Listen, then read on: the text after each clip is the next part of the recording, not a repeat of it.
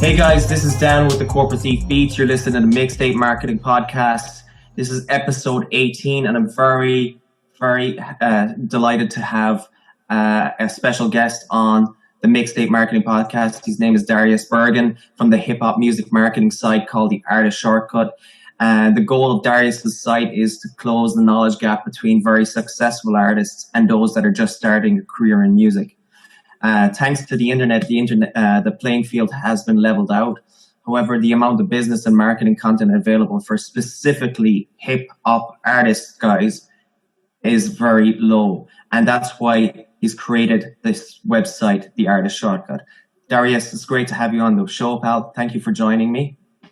Hey, Dan, thanks for having me, man. If you don't mind, could you just give the audience a brief background on yourself and how you came up with The Artist Shortcut? Yeah, sure, man. So I started to get into hip hop, just like the genre in general, about 10 years ago. And I started off as an artist, and then as an artist, I was pretty young. I didn't really know much, and like every young person that wants to be a hip hop artist, you just make music, release it, and hope someone notices you to help you out and make you famous and successful. And after not really getting any results or whatnot, man, I kind of just went on to different things. So I went on to like being a producer. I went on to doing graphic design and video editing. And then eventually I landed on marketing, which it just kind of stuck. It was one of the things that I really enjoyed, and it was fun. So it was fun to be able to take an artist from no fans to some fans to a lot of fans, or just to put them in a position where they can actually, manage their career from a marketing standpoint. And yeah, it's been a nice run. So you've actually worked with artists already?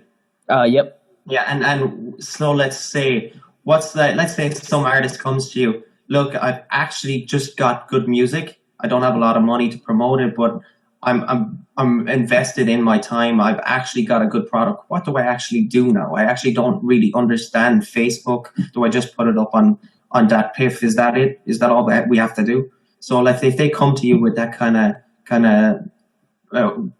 like just having a good product, because I think a lot of people do have good music. I think a lot of the time people say that are kind of critical of some kind of new starting up artists. Maybe the quality isn't as high as it could be, but then again, I believe that there is some people with good songs and they just don't really know what to do. So what advice would you do, and how would you work with those artists?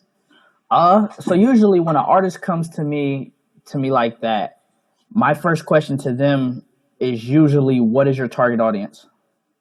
Because whoever your target fan is, that's going to dictate how you promote. Because if your fans, for example, let's say your fans are video gamers, like they like playing video games, so let's say they're into fashion and video games. The way you promote your music to them is going to be much different than the way you promote your music to people who are on the street. We'll say doing illegal things they shouldn't be doing. Like the way, just the difference in culture, or the difference, not even in culture, but the difference in lifestyle will dictate how you promote to them. Mm-hmm. And I always ask them, like, what is your target audience? Because if you don't know your target audience, then most likely you're not even ready for me to help you.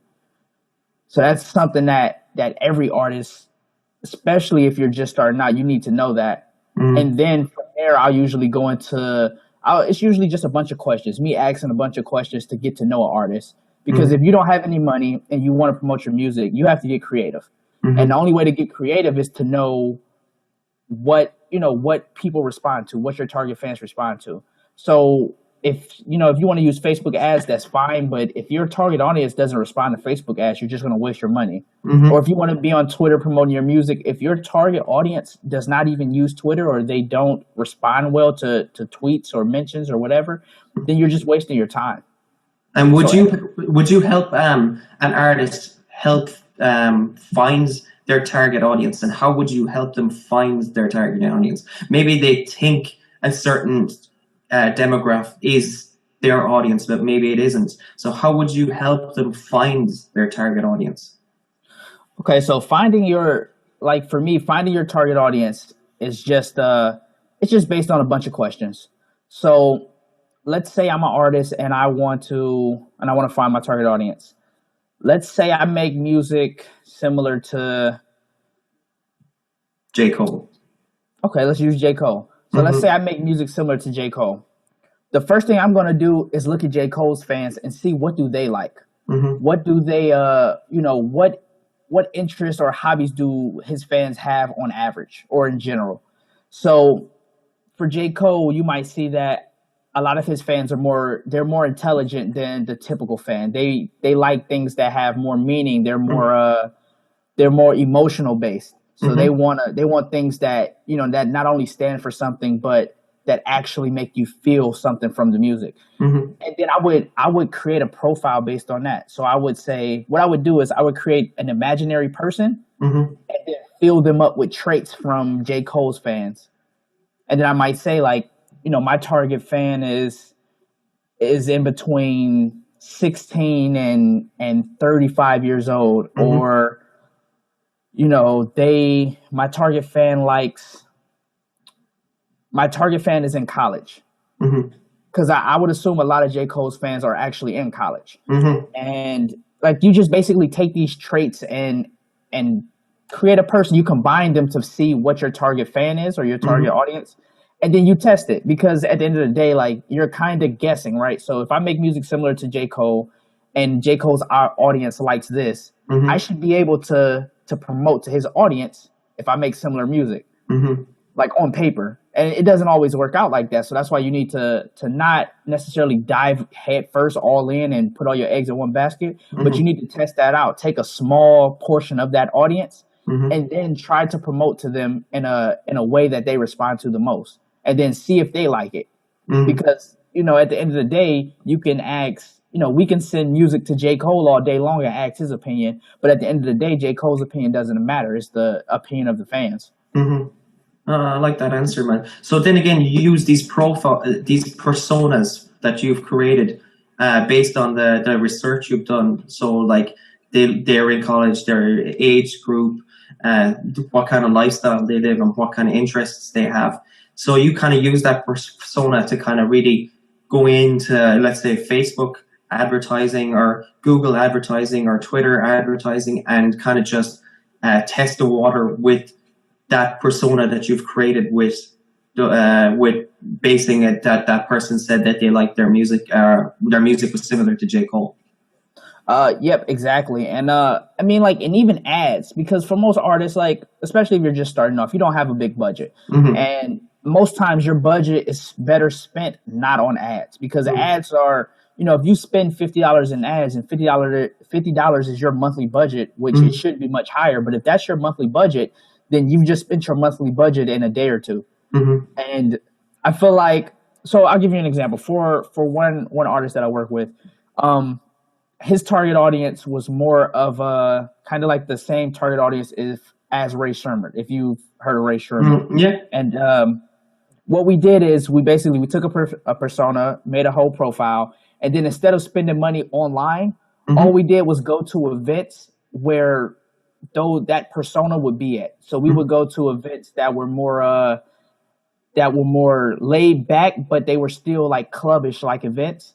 And then we would just network with the people. We would just talk to everybody that was there. And it wasn't necessarily we didn't necessarily promote the music there. But what we did was we sparked up enough conversation to the point where the next day on Twitter, we could go and try to find everybody that we talked to and then add them or follow them or whatever. And then from that point on, we kind of established that relationship. And most likely, if I just meet you in a club setting or any setting, and we have good conversation and you add me on social media, I kind of want to know, who are you or what do you do? Because if we had good conversation and everything it was a nice, just an overall experience, then most likely I'll check out your music anyway, because now I'm interested. Because if you make good music, that becomes an opportunity. And what that does is that allows artists to not have to go out and say, hey, check out my music. It can be more of just having a conversation, and then you pique their interest and their curiosity, and now they check out your music because they're interested in you, not just because you told them to check out your music. And do you think that that kind of strategy would go into events is kind of a good strategy for certain types of artists? So no, so it all depends on, once again, like your target audience. Because if you're depending on your target audience, they may not even be at events like that. Mm, So it's like you have to kind of tailor it towards whatever your audience mm, is in the mood for. Because if you're like if you make similar music to Tupac, odds mm, are you're not going to find too many, like you're not going to find Tupac's audience because they're older now. You mm, probably wouldn't find them in a club trying to talk to you. Most mm, likely they're older, they're trying to, they're there with their own friends, they're trying to have their own experience, and it would be much harder to find a scalable audience, in a club mm, than if you were to just to pay or to even do some influencer outreach as far as like YouTube channels. And we can talk about that later if you want, but just the general like overview of that is you find YouTube channels that post similar music from or that post music of artists you're similar to, mm. and then you kind of partner with them to put your music on. Oh, yeah. And because you make similar music to the artists that they already post, you should be able to grab some of that audience and kind of cross promote that fan base. So this is kind of similar to what actually a lot of the bigger artists are kind of doing more than the kind of guys trying to come up now. It's like Kanye is trying to reach out to this, like the Travis Scotts, and Drake is really kind of brought Future and The Weeknd kind of in. Is that what you're kind of saying? Yeah, in a way. So that's more on the bigger scale. Yeah. So you want to always like network with other artists, and you want to Mm, always be able to cross promote fan bases, because once you get to a certain point, you're going to cover most of your target audience, and you're mm, going to need to expand that audience to keep growing as an artist. mm, And sometimes you can't get that just from yeah. just trying to put out more music or whatever. You Mm, need to have that exposure to other artists' fan base. That way you can grab an audience that's not necessarily your target audience, but mm. they like you because of who you're associated with, and your music is acceptable in that kind of like that lane. Hmm. So how would you advise, let's say if some artists, let's say the artist that we kind of created there a while ago, let's say that artist now has a target audience. Now they've kind of built a little bit of a following, but they're trying to do that outreach. Now, how do they kind of do that without kind of spamming kind of the kind of person that they're trying to, what would your advice to kind of to approach and kind of build relationships with kind of people that they need to kind of get that exposure? Um, if you want to make it simple, I would Hmm. just contact those people, whoever you feel like you need, and ask them, what can I do to help you out? Mm, And it's that simple. So what you would do is you just contact them, ask them, what can I do to help you out? And I'll help you out for free. And you do something for them before asking them for anything in return. And that's kind of like the favor for a favor. So you give them some of your time, you help them solve a problem, you help make their life better.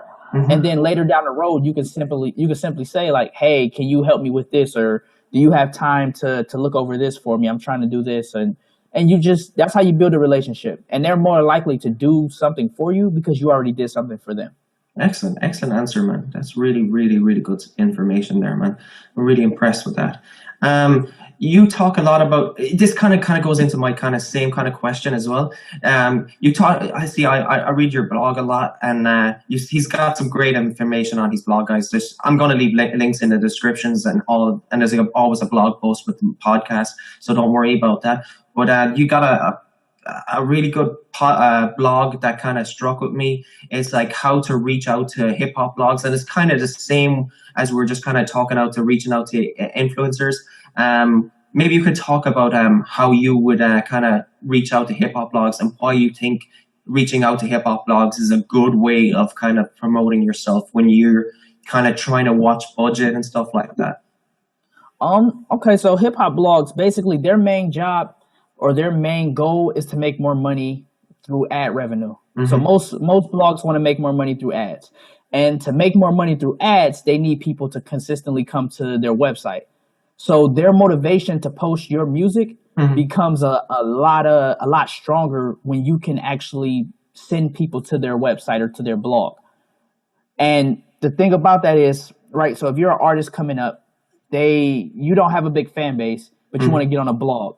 Well, the blog don't want to post you because you don't have a big fan base that way, and you can't really help them with, making more ad money. So you're stuck in this catch-22 where you don't, you can't take the traditional route. So if I was a hip hop artist and I have no budget and I want to get on a hip hop blog, the first thing I would do is I would make a list of all the hip hop blogs I want to be on. And then I would look and see who are the authors that's actually, or the editors that's posting artists that make music that's similar to me. And from there, I would not stalk them, but I would basically follow them around the internet, and I would comment on all of their posts on the blogs and say, hey, like, thanks for posting whatever this artist is. Like, his music is really dope.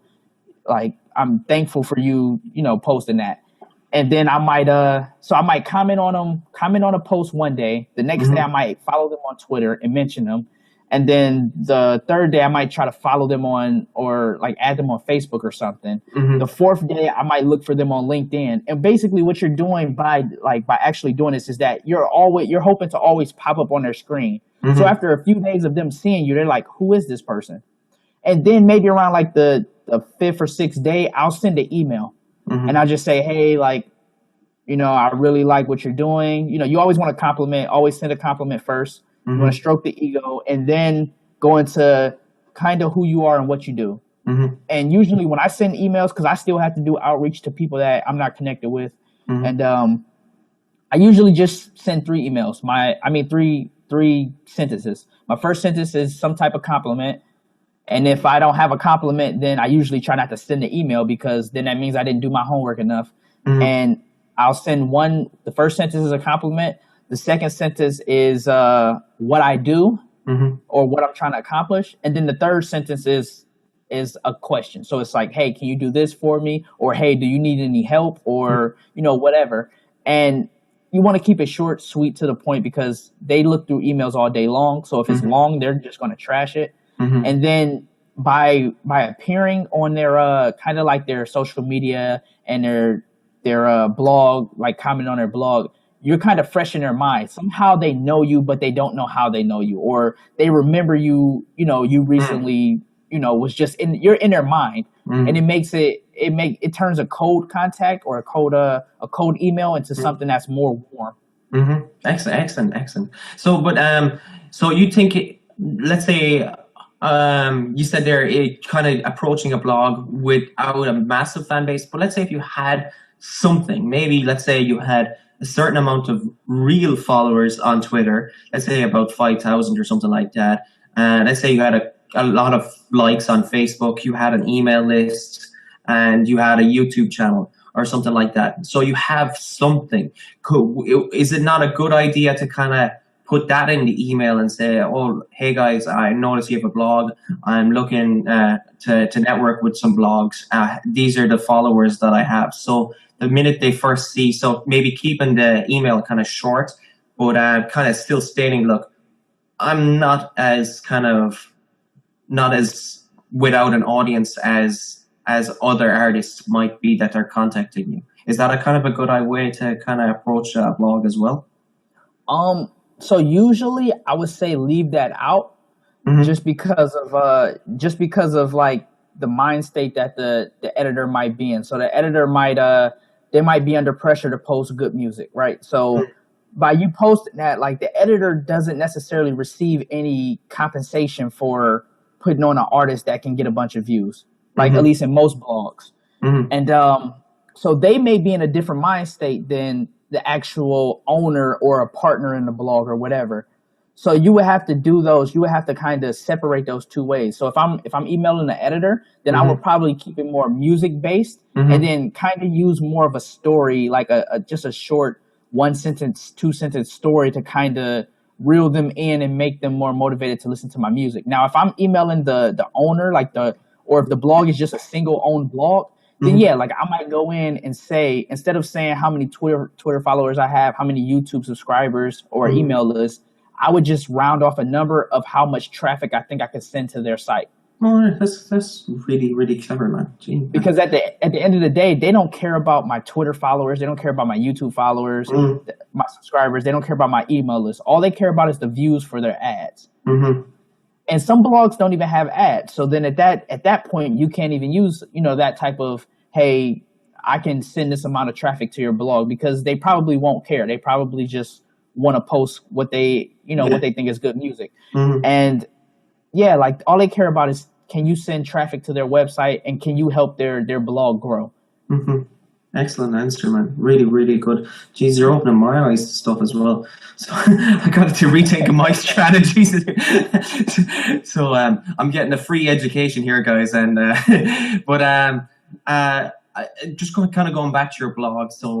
So I really like the way you've kind of set up the podcast so far, where we kind of building this kind of person that you kind of were talking about, building a persona and stuff like that, and then kind of teaching them about the blogs and stuff like that. That's really good. So now that they have, you talk a lot about kind of like promoting your mixtapes and kind of uploading mixtapes to sites and stuff like. So let's say if our artist X has a certain amount of followers now, they're kind of building small relationships here and there. They're not huge yet or anything like that, but they're kind of building little bits like that of the stuff that you've taught them how to do. What is the kind of steps? Let's say he goes now, okay, I've released one or two kind of teaser singles like that on kind of sites like that, and now I've made a proper mixtape. It's actually mixed properly. I've gotten feedback from people in the industry like that, and music engineers and stuff like that, and I've taken it to a club of DJs, and they've said, you know what, this is not bad, this is actually good for someone's first kind of mixtape. How do you tell them to release that mixtape, and what's the kind of process that you kind of guide them to releasing that mixtape then? So it depends. So here's another thing that depends. It depends on like the budget. So if they have a budget, then I would lay out some steps, which I'll talk about shortly, as far as promoting your mixtape. If you don't have a budget, then you should still stick to singles, releasing singles, because singles are less expensive to promote, and they're much easier to make. So they're less expensive to make and less expensive to promote, and you can still get similar results with the mixtape. I mean, with the single, in comparison to an actual mixtape. Now, if an artist does have a budget and they're ready to just put this mixtape out, I would say that one, you would need to figure out what platform you want to use. So I'm a big believer that you shouldn't make things harder than they need to be. And with that said, a lot of these platforms like Live Mixtapes, Spinrilla, and My Mixtapes, like they have a built-in audience already. So people are consistently using these websites to listen to mixtapes. So I would check out whichever platform fits your budget and fits to the audience that you're trying to reach, and then I would pick one of those to use, and then from there I would look into getting some type of PR done.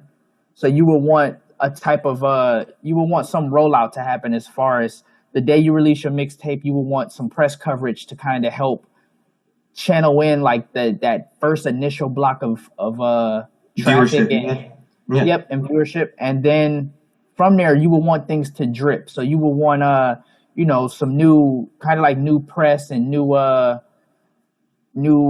articles or whatever, just some type of new something new to send traffic to these to this mixtape throughout the few weeks. And then sorry Val, sorry I interrupted you, sorry, keep going. Oh, no problem, man. And then you would just and then it's like you release other content, right? So your mixtape, you release some songs, and then those songs could then turn into videos that you use as drip content. And basically, like, your main goal from releasing a mixtape is just to reach more people. And then you also want to have you want to kind of build these numbers, because if you want to get like a record deal or something like that, you're going to need like numbers. Investors are not gonna, they're just not gonna take you on their word. They're gonna take you on what the numbers actually say and who you are as a person. And then you want to actually have things that build credibility. So like if I put a mixtape on Live Mixtapes and my mixtape becomes, one of the top 10 most viewed mixtapes on Live Mixtapes, like I instantly have credibility whenever I'm talking to someone that usually wouldn't talk to me. So I may meet someone, a A&R, or I might meet a producer or a manager or anybody, somebody at a record label, an executive or something. And I can say like, yeah, my mixtape is in the top 10 of live mixtapes, or is number 7 for most view live, mixtapes on live mixtapes or something like that. And it adds credibility because now you have some type of achievement that most hip hop artists don't have, and it separates you a little bit. Mm-hmm. It's kind of like a social proof, kind of like exactly. that. Yeah, it's exactly like that. Mm-hmm. And yeah, man, it's all about getting creative, right? So there's so many things you can do where, you can take things offline.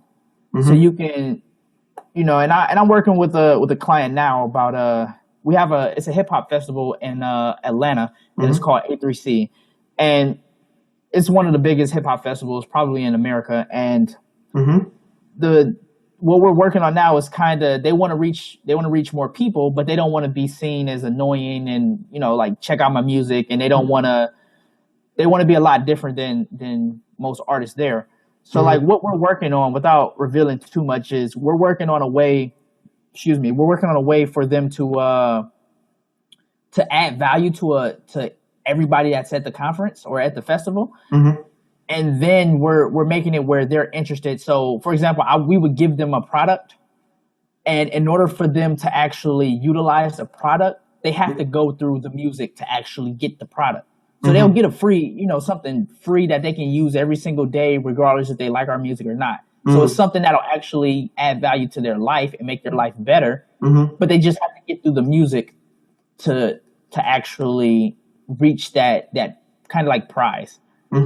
Excellent, man. Really, really, really intelligent stuff there. You do a lot of offline marketing. It seems like this kind of offline marketing is kind of a lot stronger than or is it less competitive? Is that why you seem to kind of pull the artists away from the kind of not stopping them? It's all kind of flooding back online anyway. But you seem from the way I'm speaking to you anyway, it seems like the kind of offline stuff seems to be a very strong point, and it seems something you encouraged a lot of artists to do. I just wanted you to speak about that. I thought it was kind of cool. So actually my digital is much stronger than my offline. And the reason why I think you hear me talking about offline a lot is because there's less competition. Because everybody, like a lot of upcoming artists are like, they're lazy. They're stuck in this, like they were born with the internet. A lot of them they're so young, they were born with the internet, and they're not utilizing offline like you could be. So when I talk about offline, it's just because there's more opportunities, there's more room for error while still succeeding. Whereas online, you could literally say the wrong thing, and your chances of becoming a successful artist after Twitter is done with you, or Instagram is done with you, or the blogs are done with you. Yeah, someone Charles Hamilton, like something like that. Yeah, and you're done. So it's like you have to be a lot more careful, and then it's also more work because you have to navigate all the noise on the internet, because there's so much noise there that in order for you to actually be successful, you have to cut through all of that just to reach the person that you're trying to reach. Whereas offline, you can, it's a real conversation, it's a real interaction, and you have body language there for you. You have, tones. You have just that feeling. Like, it's a feeling when you can actually talk to someone who's passionate and someone who's actually, serious about their career than just tweeting like, "Hey, we should work together." People sell themselves more in person than they do online. Excellent, man. Sorry, I kind of don't want to go away from that topic just before we kind of move on. But I asked you a second ago about releasing the mixtape, and you talked about examples like live mixtapes and having kind of social proof about being on the charts there and stuff. I'm a firm believer that every artist or hip hop beat maker, whoever is listening to the show, whatever kind of guys are listening, to have their own website. I think it's important. Do you think it's important to send traffic to these sites, or should artists be using these tools, or maybe they have to even though they have their site, they probably should build their site first and then send the traffic to these kind of sites? What kind of, if an artist has a site that you're working with, would you say, no, we'll take a Daft Piff player and put it on our site and we'll get them to download it there? What kind of way would you kind of work with the artist in that kind of sense? Okay, so here's my belief, right? So my belief is that your website is number one over everything. Your website is the king on the chessboard, and then everything else, you're just, only thing you're trying to do with social media and platforms like Dat Piff and Live Mixtapes and Spinrilla is just to take traffic from those sites and funnel them into your website. So your website is top priority. So you would tell artists to take the resources that these sites give you and put them on your own site. Yep. And the reason I would say to am a player, like a Dat Piff player on your website or a SoundCloud player, is because the beauty of the social networks is that they allow you to build numbers and they allowed you to gain traction with their already built-in audience. So if you get 5,000-10,000 plays on SoundCloud, then people who may be interested in your music, it might pop up in their feed, or they may see it in the suggested tracks, like area or anything like that, and they might listen to it. Whereas if you just uploaded it onto your website and you just have your own audio player, there's no traffic already built in there for you to gain any traction. So it's like you have to do all the promoting yourself. And like I said, I'm a big believer of trying to make things easy on you. So your website, I feel like your website is king, and email list is king, but everything else is just there for funneling. Do you think that artists kind of are just a bit scared? So if they think, if it's because maybe they're kind of blinded by, it's funny. Okay, you probably have this question a lot, right? And I get it on my Facebook page more than anywhere. Artists kind of come with these kind of one question things, is like, I need promo, and I go to them, what do you mean? I just don't understand. Do you want to buy some Twitter followers or something? I just don't get the kind of question anymore. Like, do you know what I mean? To me, like, the first question I always ask them, where's your website? And to me, it's just because it just shows that where it's easier to work with an artist that has already a website, because they'll know where to go, and you can just kind of use the tools that they want to build from. So if they give like SoundCloud, like you mentioned before, you can put it on their website and you can send all the traffic there. You can put kind of Google Analytics or stat counter in the back and track who's coming, how long they're staying. Maybe the track you've got on the top is not a kind of track that they want. And I kind of always kind of get confused when artists kind of go, I need promo. What do you mean by promo? Do you ever kind of get this kind of question too? Yeah, man, I get that question. I get it a lot. And I guess mine would be more on email than anywhere else. And like my answer to that question, or my question to that question, is similar to yours. The first thing is, I'll say why.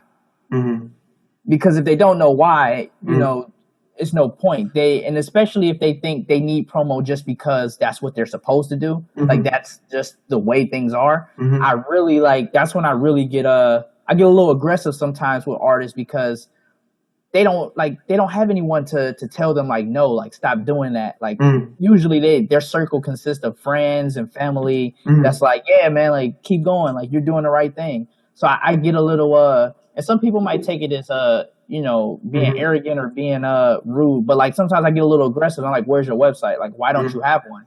Like, this is what bothers me, is like, I have a couple of websites, so I've spent a pretty penny on. Maybe I should kind of keep this down. I think my girlfriend might be listening. I've spent a pretty penny on Facebook ads, and like everyone kind of says, oh, I don't want to be paying the $9 for a website every month for hosting or something like that. I was like, man, Facebook is costing me a bloody fortune. Do you know what I mean? You understand what I'm saying? I'm like, you can't depend on a Facebook page anymore. And if you do, man, you're going to be paying way more than ever a website is going to cost you anyway. That's from my opinion so far, from the level that I have anyway. And maybe you probably trying to explain this to artists too. about like the reach of Facebook, and even Twitter now as well is cutting down. And I think Instagram just recently did kind of some change there, where, and even I've noticed it already on Instagram, how little interaction I get already. Maybe you kind of want to elaborate on what I just said. So basically, like, artists may not want to spend, whatever the dollar amount is for a website. Mm-hmm. And I'm making a product on this right now about like making money as a beginner in like hip hop. So if you're an upcoming hip hop artist and you actually want to make money, because I feel like the topics on this or the things people say about making money for hip hop artists is so like a lot of it is so foolish, because you wouldn't try to make money that way, because there's not a lot of money to be made that way, at least not when you have a low fan base. So, and that's one of the things I'm talking about in one of my new products that I'm making. But just to kind of to touch on a little bit of that is, if your website is costing you, let's say your website costs you $10 a month just for hosting. So you already got your domain, which is probably like $15 a year or whatever, and you're paying $10 a month for your hosting. All you need to do is make $10 from your music career to replace that. So basically to make it like, what is that? Is that like, yeah, but it's just crazy. Like, there's just like, I have about a couple of thousand likes on Facebook, and if you don't boost that post, it's a waste of time. Do you know what I mean? And that post is going to cost me $10 at least per post anyway. So I always kind of get confused why artists just have this fear about is it the building a website? Like, it's never been easier to build a website. You don't need all this kind of code or anything like that. Maybe do you notice that kind of fear that artists have with, I just don't need a website, I've got a Facebook page? Yeah, like I remember when I was similar to that. So I can kind of understand it, but it's like it's a bad mindset, because they shouldn't have if anything, their fear should be what if I grow my Facebook page and they ban me or they delete me or someone reports me too many times and I'm like, everything is lost. And like, for a website, if your website is costing you $10 per month and you really want to break it down, it's like 30 cents a day. So all you have to do is make 30 cents a day from being a music artist to cover your website. That's basically a quarter. You need a quarter and a nickel every day.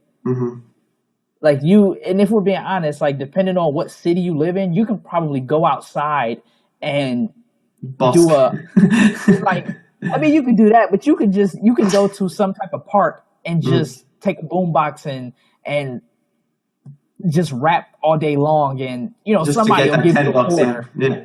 Somebody will give you a quarter, man. Not that that's what you want to do, but like, if things are that bad. Yeah, exactly. And it's like, and I talk about this too, like, as a hip hop artist, you need a job. Like, stop using, the occupation of a hip hop artist as an excuse to be lazy. Like, go get a job, man. Have money, be able to take care of yourself, to be able to pay your own bills, and to be able to fund your career. Because at the end of the day, it's a career. This is not like, I don't need a job because I'm a rapper, or I'm a artist, or I'm a producer. Like, no, go get a job, have money coming in, make your life easier. Stop making things harder. Excellent advice. You said, is there any kind of thing else that you kind of like to bring up yourself? Man, I love the way the conversation's kind of gone, man. I've kind of never been so quiet in a podcast before. There's kind of like not a peep out of me here in the podcast. I'm kind of just sitting back, kind of listening to you.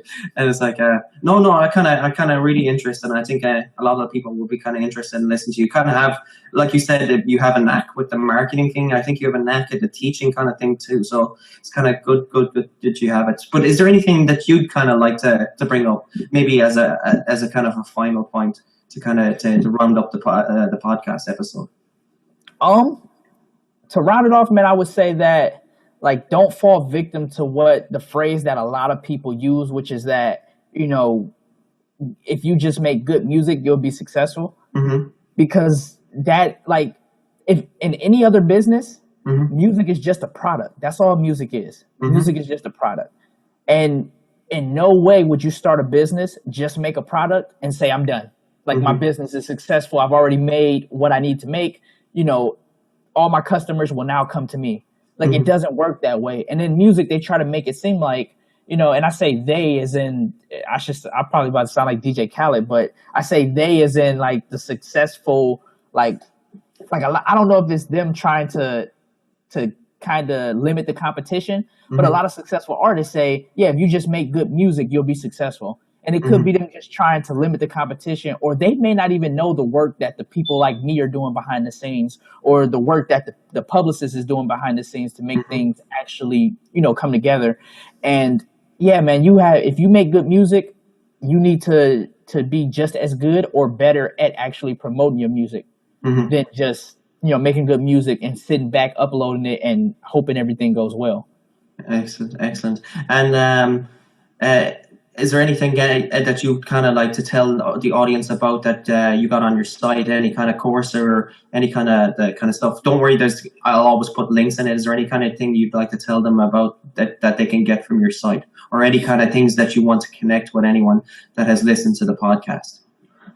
Yeah, man. If anyone that's listened to the podcast, if you want any type of music promotion tips, business advice, or just like overall strategy stuff, man, you can go to artistshortcut.com and you can read the blog, and there's tons of free stuff already there. You can sign up, and then you'll also get like on my email list, which I send extra stuff sometimes. So you know, maybe like once in a while, I'll just send out a message only to my email subscribers with like a secret strategy that people, like successful artists, use, but they don't necessarily talk about. And usually it's a strategy that I'm using on a current client, which is why I don't post it on my blog, because then I don't want that strategy to get just spammed. But if you're on my email list, then like I'll send it out to you, because you know, you're part of the Artist Shortcut family. And then I also have I got a free music promotion checklist that it's a pretty simple checklist. It's just for if you release a new song, and you know, sometimes you may get stuck on what to do after you release that song, and this checklist will just help you kickstart things to help you going in the right path, in the right direction. And you can get that at artistshortcut.com/free music promotion checklist. Excellent. Don't worry, guys. Any kind of links that any kind of things that we have, we're always going to have some show notes. You'll always be able to download the podcast and listen to it on your own time and stuff like that. If you ever wanted to listen to it again, Darius, it was absolutely brilliant having you on the podcast, man. Really, you're really good at actually teaching stuff, and I don't think I've ever been that kind of quiet. And I've actually kind of just. The worst thing is, like, sometimes I'm kind of listening to what you're saying, and then kind of thinking of my own stuff in my head. So I'm kind of trying to think of a marketing strategy that you're just talking about, but still kind of listen to what you're still saying. So it's kind of funny. But great having you on the show. I'm going to end it there, guys. That was Mixtape Marketing Podcast episode 18. And definitely check out the links for Darius's website. This is Dan with the Corporate Deep Beats, guys. We'll see you in the next episode. Thank you very much for listening. Take care.